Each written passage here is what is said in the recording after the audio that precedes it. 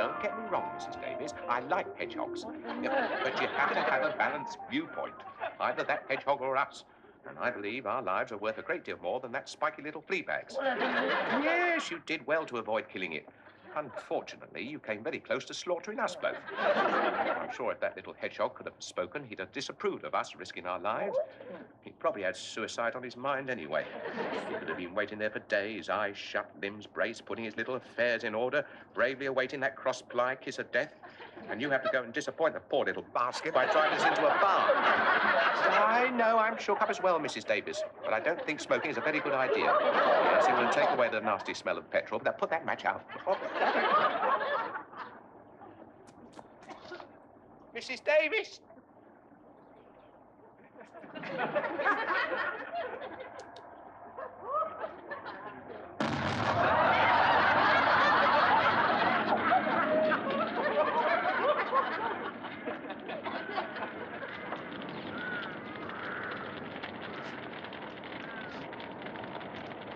Could I have a light, please, Mr. Small?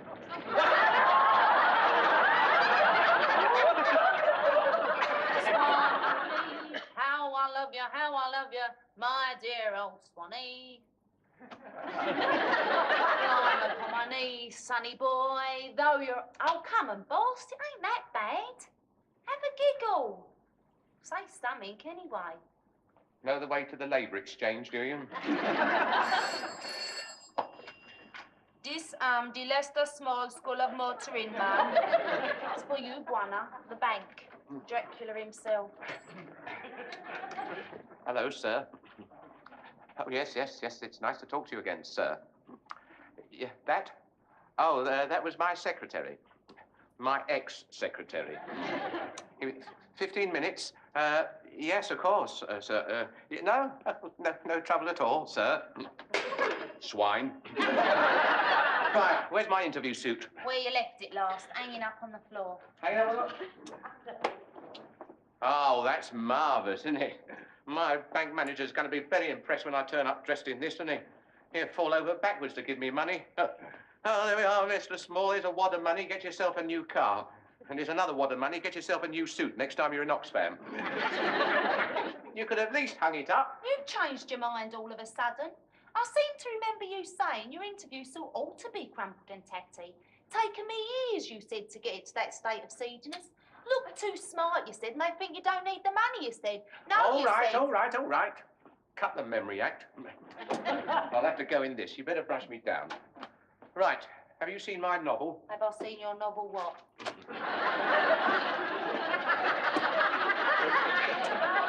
Oh, very droll, very droll. My novel.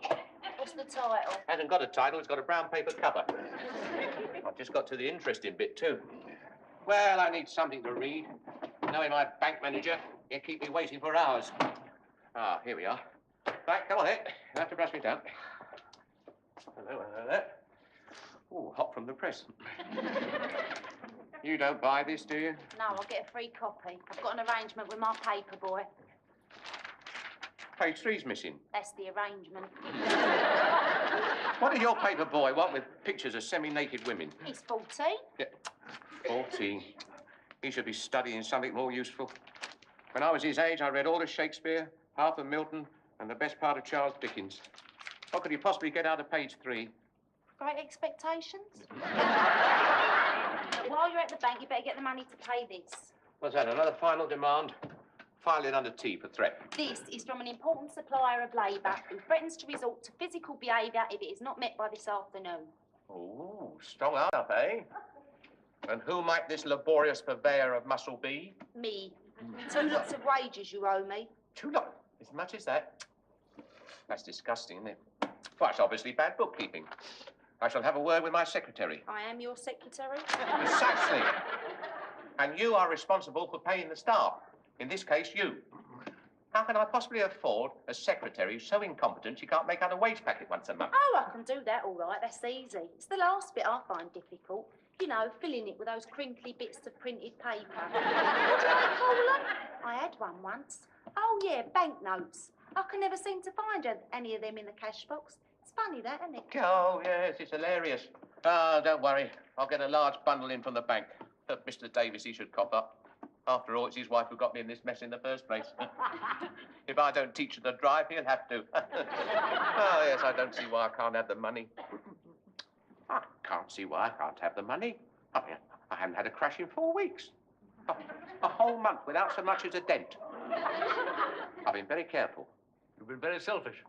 Selfish? Me, I don't think I quite, Follow? It's very simple. During those 4 weeks, 2 self-employed panel beaters have gone bust. What was your doing, Small? Mine? They'd come to depend on you for regular work. I don't believe this. Do you fully understand how much this town is reliant on you, Small? Let me tell you what happens every time you have one of your weekly crashes. Let's go through it stage by stage, shall we? First of all, the police, fire, ambulance, and breakdown services are called out. They all use petrol, wear out their tires, consume lubricating oil, and so on. Are you with me? No, but you go on ahead and I'll catch up. Their clothes may need dry cleaning afterwards. They all have families, wives, children. They buy food, toys, shoes, etc. They bring in money from central government, money that circulates many times around our town, enabling our shopkeepers to make enough profit to pay taxes to central government to support the police, fire, and ambulance services. It's a small town, Small, to give the word play. If we don't justify these amenities, they'll be taken away from us. Without one of your occasional conflagrations, the town wouldn't have its own fire engine. Our firemen might be tempted to justify their existence with a little pyrotechnic impropriety. Come again? Arson. Our police force, likewise, might transgress a little in order to keep their cushy numbers, I believe is the current phrase. Then there's the cottage hospital. There's a limit to the number of fictitious epidemics those angels of mercy can invent to keep their jobs. One of these days, they'll go too far and let loose something really nasty, something for which there is no cure. You mean, Ever wondered why we get colds in summer? Even angels have to eat.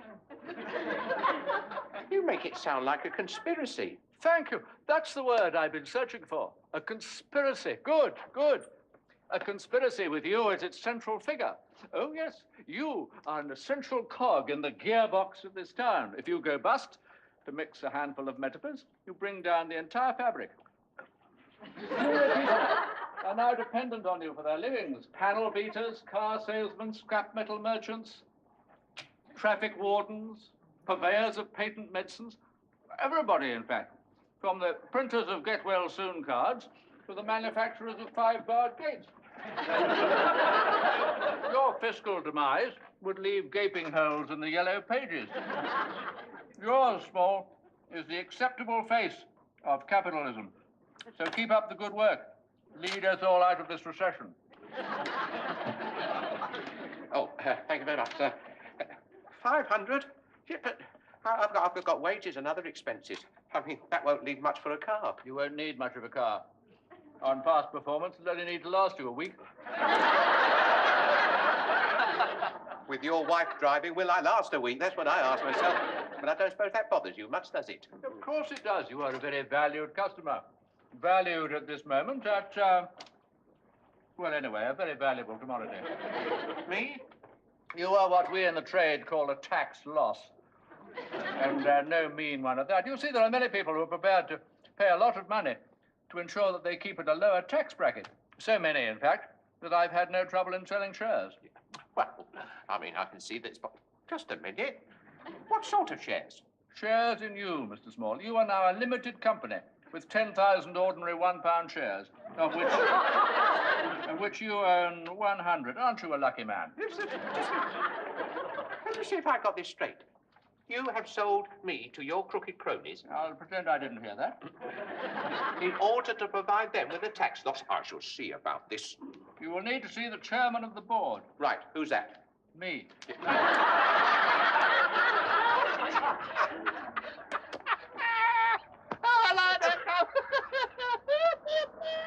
Very good there. Very good. Oh, dear. I must tell my missus that one. All I asked was whether I could hire a car. Oh, no more, Gummer, to crack a rib. Hire a car indeed. Very droll, very droll. Do I take it you refuse? How about if I bought one? Anything particular in mind? What can you pay? Well, Mrs. Davis, who crashed my car, you see, now her old man is my bank manager, so I reckon I can go up to, £200. I've got just a thing here, Gov, a good, solid, reliable motor owned by two little old ladies who use it for going to church on Sundays. Quality British engineered at its best. Low mileage, just over a quarter on the clock. What, quarter of the way? No, $250,000. None of them airy-fairy kilometres either. No, pre-common market this was when a mile was a mile. None of that 5/8 of sod-all stuff to try and palm us off with nowadays. No, a good, honest Christian mile was good enough for this motor. Don't use metric petrol neither. Fill it up with gallons. Don't go messing about with litres, it won't run properly. It's used to gallons. Gallons of good old British one-star. Gallons of it. Well, not that many gallons, really. I'd say more than 30. 30? Yeah, Grand Tour this was. Used to do the Grand Tour. Needed a big tank for running around Europe because the French don't have many petrol stations in them days. Exactly how old is it? Now, that'd be telling, wouldn't it, Gun? I mean, this car is a lady among motor cars. I mean, you wouldn't ask a lady her age, now, would you? Just as long as she's up to it, who cares, eh? Gallon, eh? Yeah, that's an advantage. You can do 300 miles before you need to fill it up again. Oh, I see. Oh, that's it. Is it 300 gallons divided by 30 equals, That's 30 exactly. But, yeah, that's very good. That's bloody miraculous. I'll buy it. It's yours. Now, let's not go back to the price. Tell you what I'll do. Straight line, bottom price, no messing. Agreed? Agreed. Can't say fair in this. Cut my own throat, but I want to save your valuable time because I know you want to get your hands on this beautiful car as soon as possible. 500. 500? Did I say 5? Hush my mouth, slip of the tongue. 3 was what I had in mind. 5 and drive it away. Well, I've only got 200. That'll do.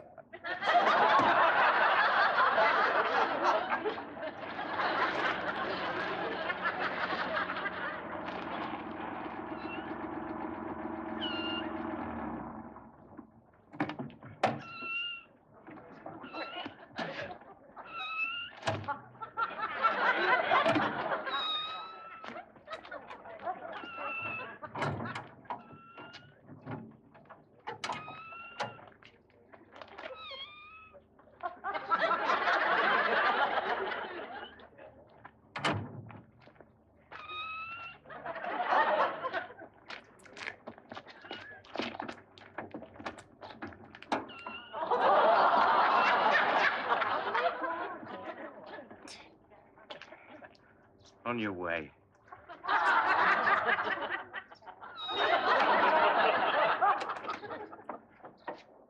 Hello, dear.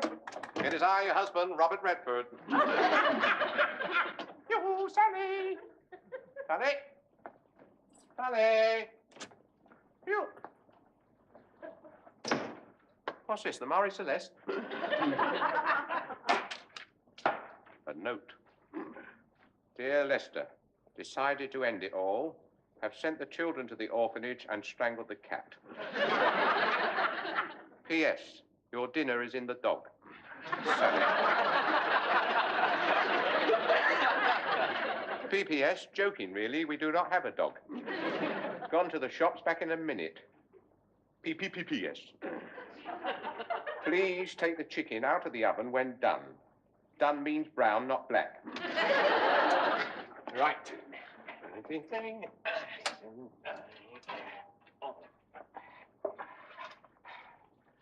Did you hear that? You're supposed to turn a nice gold, crispy brown. Not lie there pale and anemic in a puddle of gravy. So get crackling.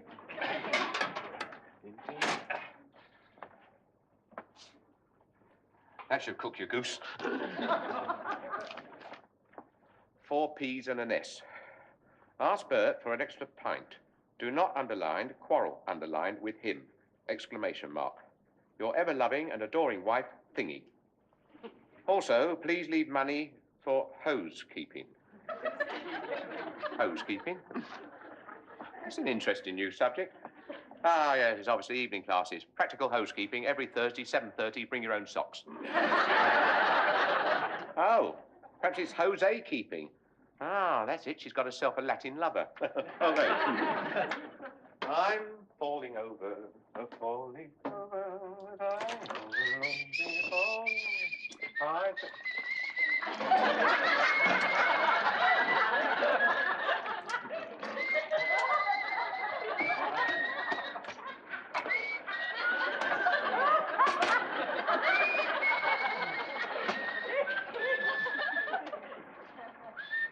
You're a bit old for an au pair, aren't you?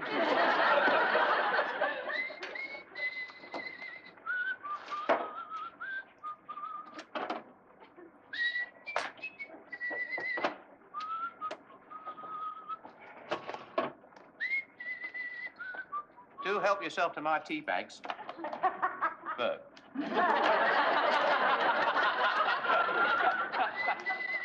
Do help yourself to my sugar. Bert. Well, at least the milk is... No, don't tell me. Bert. Anyway, that's my mug. Bert. I don't take sugar. I take umbrage. Don't you ever do any work? The only time I see you is here in my kitchen. I've never seen to catch you out on your rounds. Oh, perhaps you don't have a round. Perhaps you like going round in that silly apron, having a milk crate, sitting in other people's kitchen, drinking their tea. And making rude noises. Excuse me. It spoke! Mummy, Mummy, the nasty thing, it spoke! And scratched itself. Something's burning. Quick, what's in the oven? Let's hope, dear friend, we're not too late.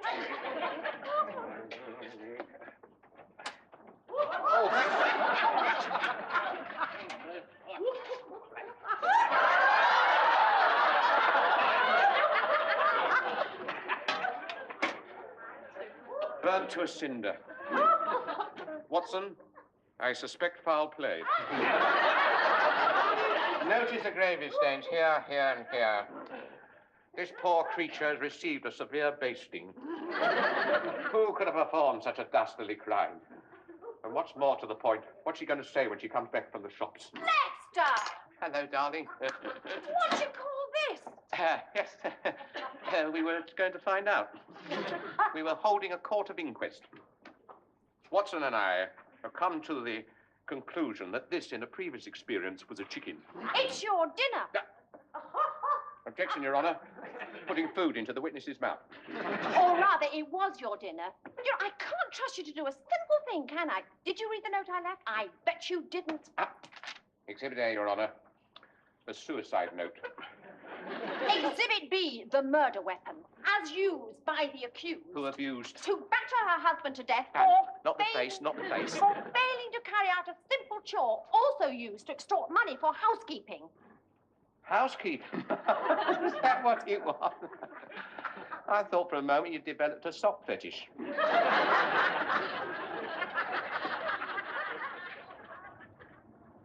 Now, driving, you see, is a bit like being a fashion model.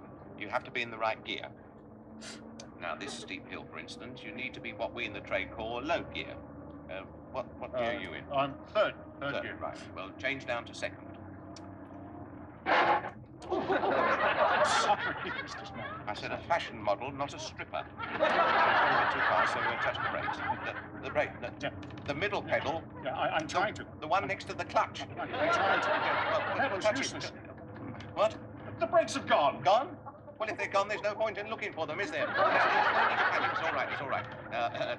We slow down. In fact, it's very good exercise. What do we do now? Pray? In the event of a primary brake failure, we apply the backup system, right? Reverse. Yeah, the brake, the handbrake. Where is it? I can't find it. Ah. Mr. Small, I can't find it. Where is it? No, that should we. I mean, always find out where the controls are, especially when you're in an unfamiliar car. I mean, there's no point when you're racing out of control with no brakes to suddenly discover you don't know where the pedal is. It's all right. Nothing bad speaking. Where? Well, somewhere. Oh, I see. It's not there. Well, where the hell is it? Oh, that's all right. It's over here. Pull it, Mr. Small. I am pulling Pull it. it. Oh, that's marvelous. Oh, that is marvelous. Stop.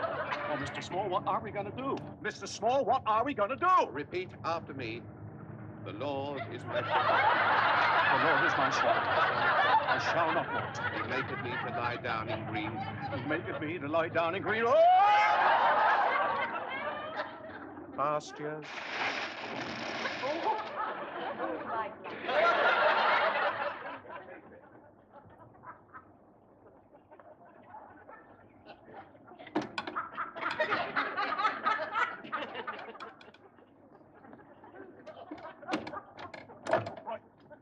That's it. That's it. I can't take any more. I'm sorry, Mr. Small. Every time I go up with you, something terrible happens. And this is the last... Oh, no, please, don't say it. Well, it is. Look, Fred, you can't leave me like this. Why don't you at least give me a push? Certainly.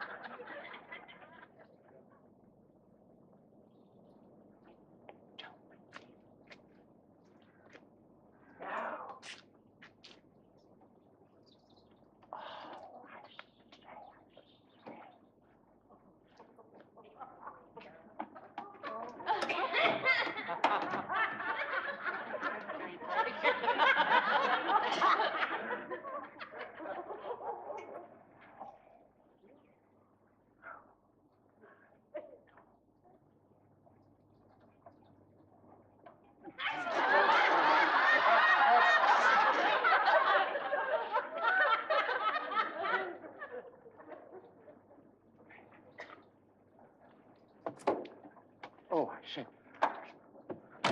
Do, please. Excuse me. I'm so very sorry. It's my fault. Well, I just pressed the brake pedal. Well, of course, you know that, don't you? My apologies again. I just couldn't resist it. Oh, do please forgive me. Take my handkerchief, please. You see, I saw it standing here like a gift from heaven. Not quite the place of origin I would have chosen. Similar, though. Both begin with the letter H. What? Oh, yes, I see. Do you know, I haven't sat in one of these for ages and ages. Oh, it's beautiful. It's absolutely beautiful. Do you know, it takes me back to my courting days in the south of France. Oh, how long ago? Let's see, it was just after the nastiness, you know. Ah, those long, straight French roads, the smell of the vineyards, her hair blowing like flax in the wind. Oh, well. Gone are the days of wine and roses, what? You wouldn't think of selling it, I suppose. Well... No, of course not, no. No, silly on me, and you'd be silly to part with it. Just an old man's dream, you know. I'm not one to spoil a dream. What, do you think... You mean you might? Oh, no, I couldn't be so lucky. Things like this don't happen in real life. Forget real life. Make me an offer. I do believe you're serious. Never more so. Well, look here. I'm a pensioner, you know. Yes, I had guessed. Well, I couldn't go too high, you understand? They have shocking rates of pay for retired soldiers. Oh, yeah, I know. Yeah, well, I was in the forces myself, you know. Ah. Yes, national service. 2 years, made sergeant. 40 years, made general. No, my dear chap, please. Now, look here, about this car. Now, let's not beat about the bush. Bottom line, as they say, no haggling. I'll give you 4 for it. Done. Oh, what a pity. Well, I do so enjoy haggling. One of the few pleasures I've got left. You are silly, you know. I'd have gone to another 1,000 easily.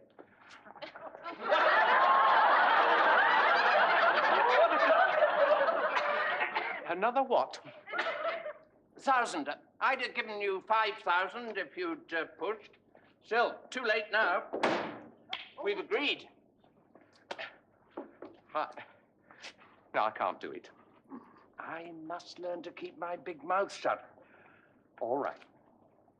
£5,000. No. You see, I only paid 200 for it, and I couldn't possibly ask for any more.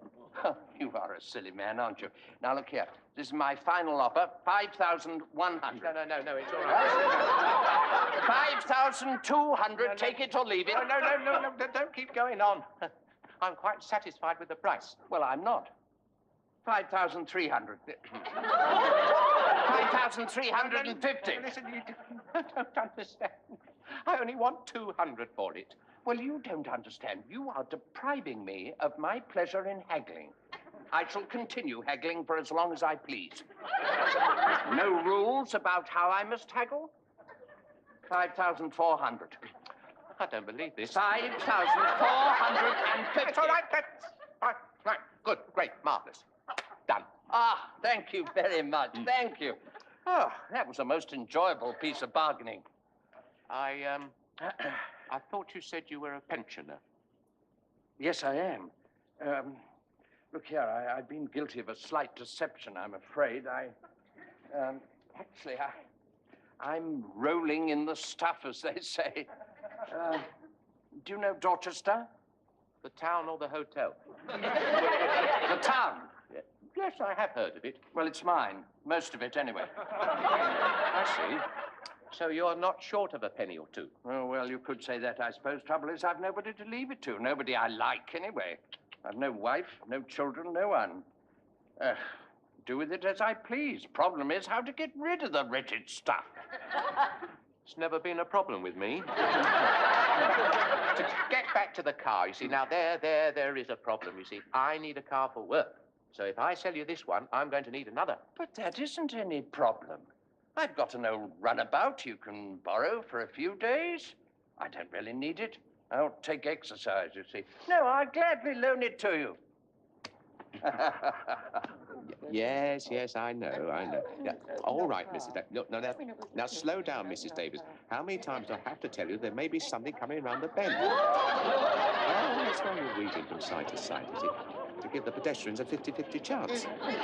Well, that's very sporting of you, Mrs. Davis. I mean, better odds than you gave that rock back there. What rock? The rock you ran over, Mrs. Davis. The rock which sat by the side of the road and said 85 miles to London. Yes, that rock. In your career of mishaps, Mrs. Davis, you have hit a new milestone. Except, of course, that it wasn't you. You've probably been there since Dick Whittington. Now, mind the bike. Heaven knows what damage you've done to the underside of the car. It better not be the petrol tank. I don't know what the General's going to say when I take this car back in this state. Probably blow me up something rotten. Are you all right, Mrs. Davis? Yes, thank you. Pity.